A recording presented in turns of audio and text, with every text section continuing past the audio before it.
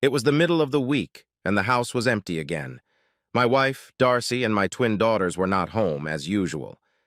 I don't think it is unreasonable for a man to expect his family to be home when he arrives. It wasn't always this way. Until 6 months ago, I could count on a warm welcome and a nice supper. Not anymore. Something changed, and I'm not sure it is for the better. Darcy and I had been married for 6 years. We met in high school and had the wedding right after I finished college. I had never been with another girl. Darcy was normal in every way, and I felt comfortable being married to her. She had brown hair, brown eyes, a nice figure, and normal breasts. She didn't stand out, just blended in. Because of this, I never had any reason to doubt her fidelity. Maybe that is the reason I should have. We had two beautiful 4-year-old twin daughters, Janet and Janice. I loved them dearly, but Darcy didn't seem to feel the same way. She didn't enjoy the childbirth and insisted that I get fixed immediately afterwards. For the first few years, she would look forward to my getting home so that I could look after the twins. Then we met Bill and Emily. Not Emily Mercer could not have children of her own and would volunteer to babysit every chance she got. Darcy was elated. She could get out of the house and go shopping or take care of other personal things anytime she wanted. I swear that within 3 months' time, the twins were spending more time with Auntie Em than they were with their own mother. Quite often, the four of them would go out together, but usually, Emily would watch the girls while Darcy was running around. Lately, I started to wonder exactly what the running around was that Darcy was doing. It didn't seem to be necessary to be gone that often to support a normal household. Overall, I was happy with my life. I had a comfortable job, a nice home, a late-model car, and a picture-perfect family. Darcy and I would go out occasionally, while Bill and Emily babysat the twins. On weekends, the four of us would get together to play cards or have a barbecue. I liked Bill and enjoyed his company. I wasn't sure of Emily, but Darcy seemed to love her. My concern about how my wife spent her free time was not deep enough to cause me to look into things. I just sort of made a mental note of it and moved on. It was a Tuesday morning when things got interesting. I parked my BMW in my reserved spot at work. I was high enough on the food chain to get a parking spot, but not a good one. It was at the end of the lot and on a slant, but better than no slot at all. A level parking lot in our town was rare. Why the founding fathers choose a place as hilly as this to build a city on always baffled me. I was only at work for about an hour when I had to go out on a call. I think the crappy parking spot saved my life. It hadn't rained it several days, but there was a wet spot on the ground by my front wheel. Normally, I wouldn't have had a second thought about it, but not today. It was running across the asphalt in small, shiny rivulets. There was a metallic shine to the liquid, and I felt forced to touch it with my finger. It was not water. The BMW was less than a year old, and I could not imagine that anything had broken. I definitely did not want to drive it. 20 minutes later, a mechanic was on his back looking under my car. "I am sorry, Mr. Evans, but I am going to have to report this to the police." A broken brake line has to be reported to the police. Sorry, but that doesn't make sense. I am not an expert at this stuff, but that line didn't break or come loose. It was tampered with. You mean it was cut? No, it wasn't cut. It looks like it was filed or sanded down with something. Things like that don't happen by accident to metal flex lines. This was done on purpose. Don't touch anything and let the cops handle it. How far could I have gone?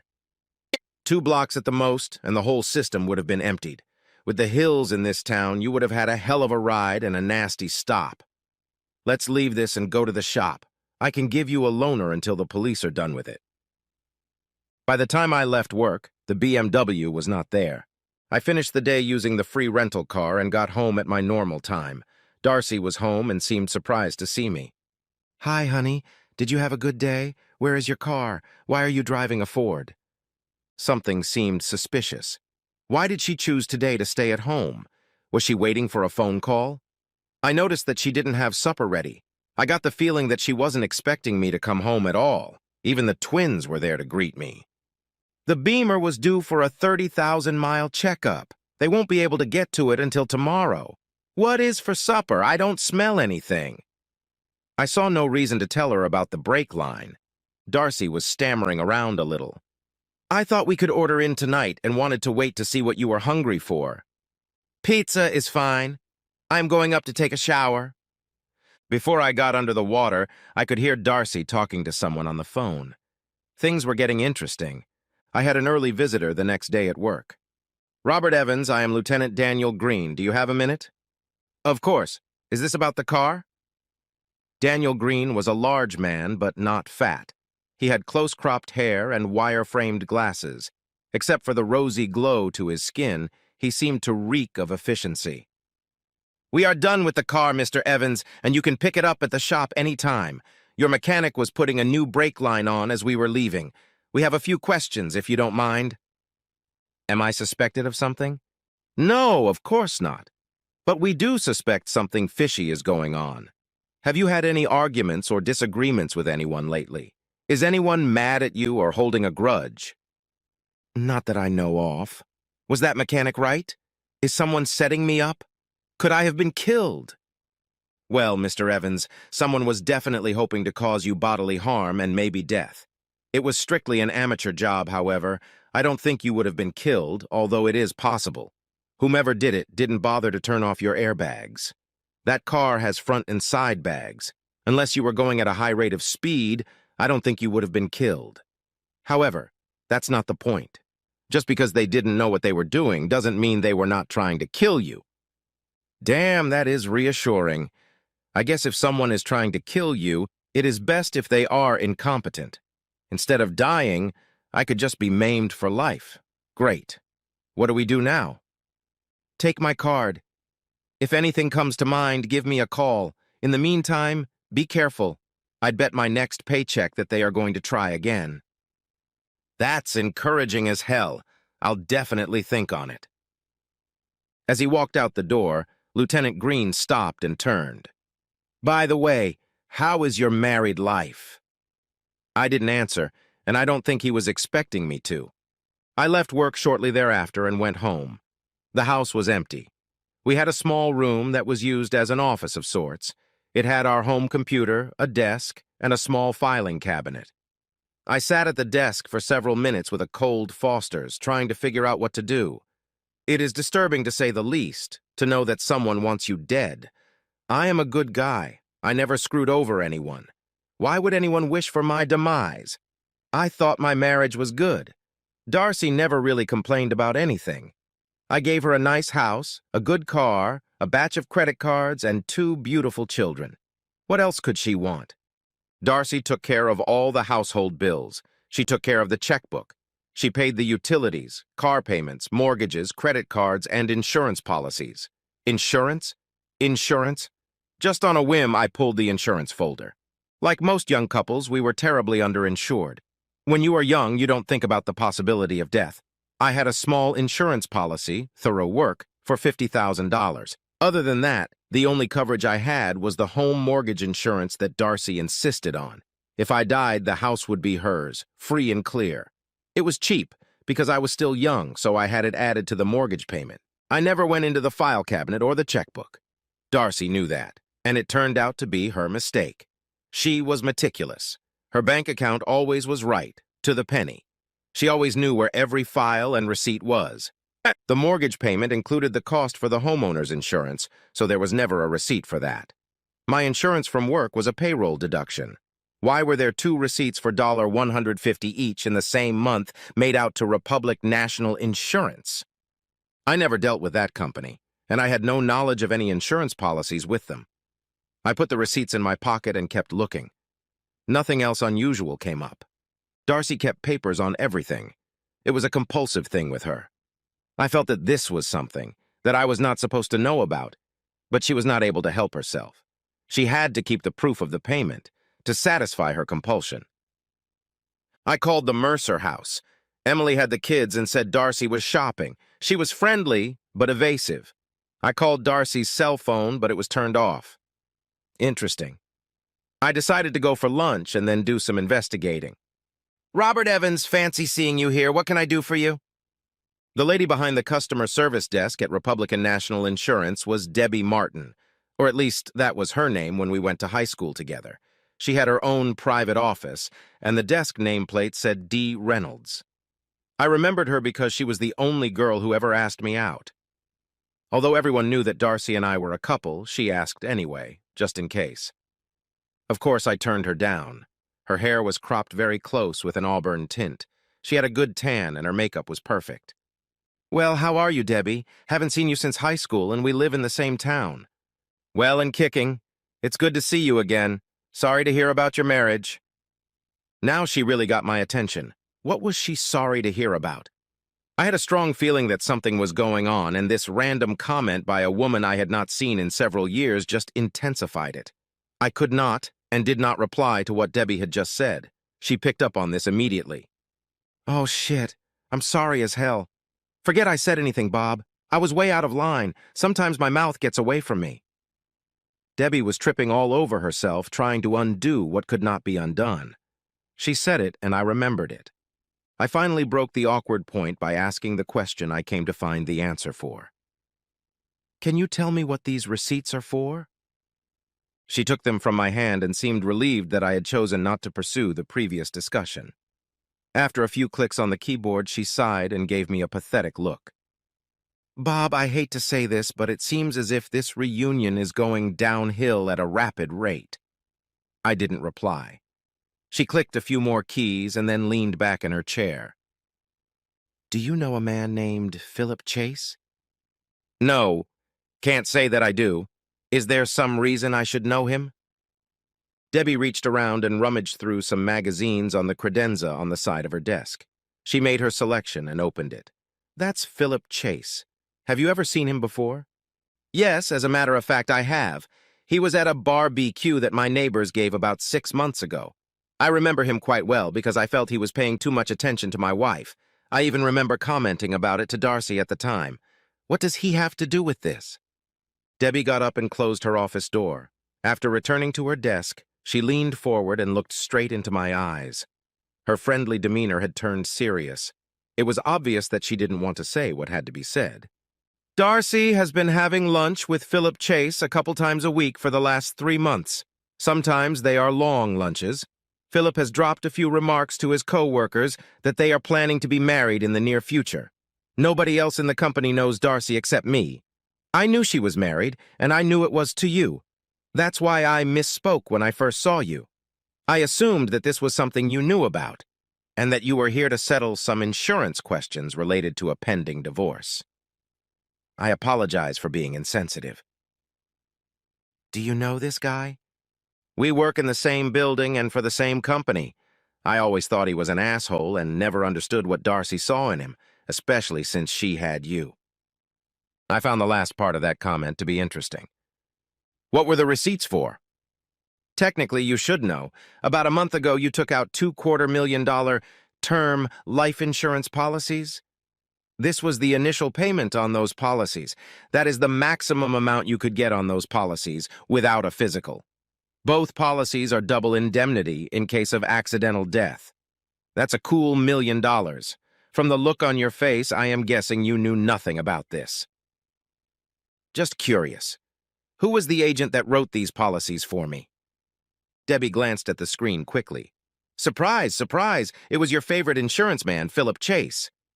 "I assume I had to sign something at some time?" Debbie turned the screen so that we could both see it, and then paged to both documents. The signature looked like mine, and amazingly enough, in both places were exactly the same, as if it were a copy or some type of facsimile. We both sat and looked at each other. She was waiting for me to say something, and I didn't know what to say. Finally, I reached into my coat pocket and slid Daniel Green's card across to her. "Can you call this guy and explain to him what is going on? I am afraid if I do it, some of the credibility will be lost." Debbie looked at the card and back at me. "Something else is going on here, isn't it, Bob?" "Yeah, I am afraid so." As I got up to leave, she asked one last question. "Am I going to see you again?"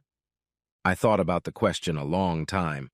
I guess it was only a fraction of a second in real time, but it went deeper in my mind. "Professionally or socially?" "Either." I gestured to the nameplate on her desk. "What about Mr. Reynolds?" "He is long gone." We were both smiling as I walked out the door. It was still early in the afternoon when I arrived at the empty house. I plopped myself down in my comfy chair with a long neck and thought about the situation and the afternoon. It became clear that Darcy met Philip at the party the Mercers gave. Where did they know Philip from, and why did they invite him? How come I never saw him at any functions or parties after that? How did Darcy and Philip become so close in such a short time? How close were they? It seemed like there were more questions than answers at this point. I decided to switch to coffee when the doorbell rang. Things would get a little clearer now. It was a messenger envelope addressed to Darcy and marked personal. After a bit of squabbling, the delivery guy let me sign for it. It was one of those envelopes that could not be opened without totally destroying it. I sat at the kitchen table with the envelope and a new cup of coffee. A razor blade and a bottle of rubber cement was all I need to solve the envelope problem. The contents of the envelope are what really bothered me. After a quick glance at the legal-sized document, I went into the den and fired up the computer and the scanner. 5 minutes later, Detective Green had a copy of the document on his email. I am sure that information obtained this way does not conform to all the complex legal requirements nowadays, but I just waited him to have the information. The document was full of complicated legal terms and came from a law firm about 50 miles from home. It was a legal agreement for William and Emily Mercer to adopt the twins. Darcy relinquished all parental rights to the girls and gave them to the Mercers, lock, stock, and barrel. Nowhere in the document was my name or any reference to me at all. It was as if I didn't exist. A lot of things became clearer now. I was now sure that I had to be a little more careful about having accidents. I left Darcy a note saying that I had to go out of town for a few days, on business. I was sure she would see it, because it was on top of her specially delivered envelope. I checked one last time to be certain that there was no indication it had been opened. I was looking forward to a few nights in a motel. Daniel Green was waiting for me when I arrived at work the next day. He was all smiles. I like it when things come together. I hope I was at least a little helpful. It really helped when we were able to put a name to the fingerprints we found on your car fender. I just wanted to let you know that we are planning on bringing in all 4 people for questioning this morning. We don't think Bill Mercer is involved, but have to question him to make sure. You might want to arrange to have someone to sit with your daughters if it becomes necessary. My officers hate to babysit. I wasn't actually hurt. What can you charge them with? Your wife and Mr. Chase will be charged with conspiracy to commit murder. Emily Mercer will probably be charged as an accessory to the same charge. They won't do a lot of time, but it might have saved your life. That is important to me, and worth the effort. Can your people bring my daughters here to the office? I don't see that to be a problem. About 30 minutes after Detective Green left, Debbie Reynolds showed up at my office. Hi, Bob. I hope you don't mind an unannounced visit. Your police lieutenant suggested that you might need a sitter for your girls. I took the rest of the day off just in case. I also wanted to let you know that you are now officially underinsured. I voided out your 2 double indemnity policies. You really should consider getting more life insurance. I was glad to see Debbie and welcomed the frivolity she brought with her. I'm glad you came. The girls probably won't be here for a while, so you can tell me all about the mysterious Mr. Reynolds. The twins didn't show up for another hour. Debbie had plenty of time to tell me about her disastrous marriage. She also told me about several attempts she made to split up Darcy and me while we were still in high school. Of course, I was oblivious to it all, but apparently Darcy was aware of her attempts. Debbie got along with the girls even better than Emily did. In a matter of minutes, I was totally out of the picture. They were a handful at their age, so I was relieved to have the help.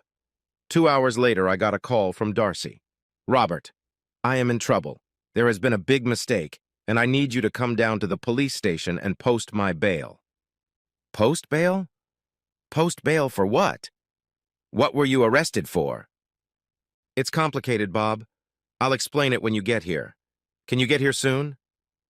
Gee, Darcy, I'm sort of stuck here at the office. I'll call your parents. I'm sure they will be able to help you out. No, Bob, don't call my parents. They won't understand. You have to come down here. Please hurry. I didn't respond. Bob? Are you there, Bob? What is wrong? Are you coming down? No, Darcy, I am not coming down. I'll call your parents for you. Goodbye. She was still pleading as I hung up the phone.